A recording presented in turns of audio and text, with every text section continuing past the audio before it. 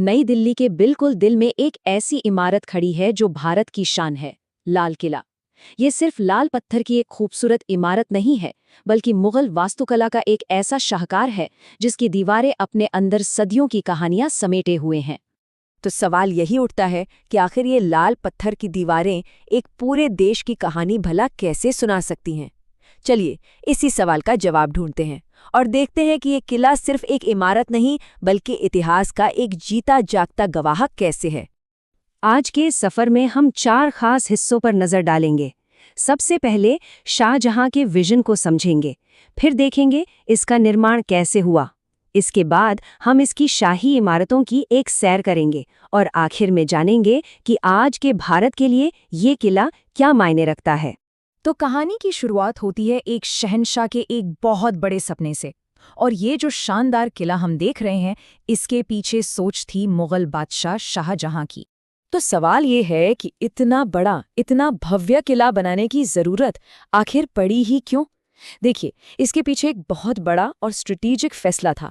शाहजहां ने मुगल सल्तनत की राजधानी को आगरा से दिल्ली लाने का मन बनाया था और उनकी इस नई राजधानी शाहजहानाबाद का दिल, उसका सेंटरपीस, यहीं लाल किला बना। चलिए अब जरा इसके कंस्ट्रक्शन और इतिहास पर नजर डालते हैं कि आखिर ये शाही विरासत बनी कैसे और इसके पीछे किसका दिमाग था। सोचिए, इस किले को बनाने में कितना वक्त लगा होगा। इसका काम शुरू हुआ 1638 में और इसे पूरा होने में लगे पूरे 10 साल। 1648 में जाकर ये कहीं तैयार हुआ। और यहाँ एक बहुत ही मजेदार बात है। जानते हैं इस किले के चीफ आर्किटेक्ट कौन थे? उस्ताद अहमद लाहौरी। जी हाँ, ये वही जीनियस हैं जिन्होंने दुनिया के 7 अजूबों में से एक खूबसूरत ताजमहल को भी डिजाइन किया था। तो बाहर से तो किला देख लिया, अब वक्त है इसकी दीवारों के अंदर चलने का। देखते हैं कि सत्ता के इन गलियारों में क्या खास है।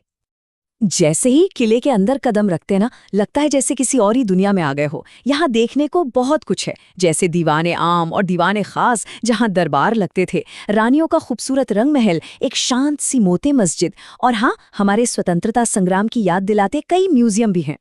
अच्छा, ये दीवाने आम और दीवाने खास, इन दोनों में एक बहुत बड़ा फर्क था। देखिए, दीवाने आम, जैसा नाम से ही पता चल रहा है, ये आम लोगों के लिए था। यहाँ बादशाह सबकी शिकायतें, उनकी फरियाद सुनते थे। और वहीं दूसरी तरफ दीवाने खास था, मतलब एकदम वीआईपी लाउंज। यहाँ सिर्फ मंत्री और खास मेहमानों के साथ जरूरी बैठकें होती थीं। और इसी दीवाने खास से जुड़ी एक बहुत ही दिलचस्प और थोड़ी दुखद कहानी भी है। यहीं पर कभी दुनिया का सबसे मशहूर मयूर सिंहासन या तख्ते ताउस रखा हुआ था, लेकिन बाद में फारस के बादशाह नादिर शाह ने हमला किया और वो इस बेशकीमती सिंहासन को लूटकर अपने साथ ले गया। तो इतिहास की गलियों से निकलकर अब आते हैं आज के दौर में। देखते हैं कि आधुनिक भारत के लिए लाल किले का क्या मतलब है। एक तारीख और एक महीना जो लाल किले की पहचान से हमेशा हमेशा के लिए जुड़ गया। 15 अगस्त।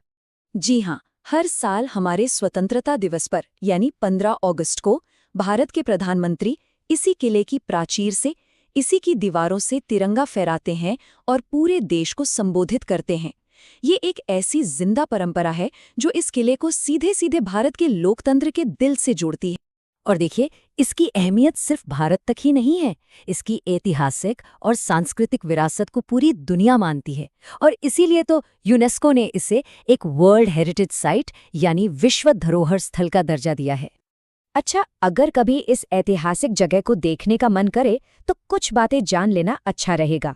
ये किला सुबह 9:30 से शाम 4:30 बजे तक खुला रहता है, लेकिन हाँ, ये याद रखिएगा कि सोमवार को ये बंद होता है। टिकट की कीमतें भारतीयों और विदेशियों के लिए अलग अलग हैं और यहाँ पहुँचने का सबसे आसान तरीका मेट्रो है। तो चलिए इस विचार के साथ इसे खत्म करते हैं। इस किले ने सल्तनतों को बनते बिगड़ते देखा है, 1857 का विद्रोह देखा है और एक आज़ाद लोकतांत्रिक भारत का जन्म भी देखा है। सोचने वाली बात यह है कि ये सदियों पुरानी दीवारें आने वाले कल में और किस भविष्य की गवाह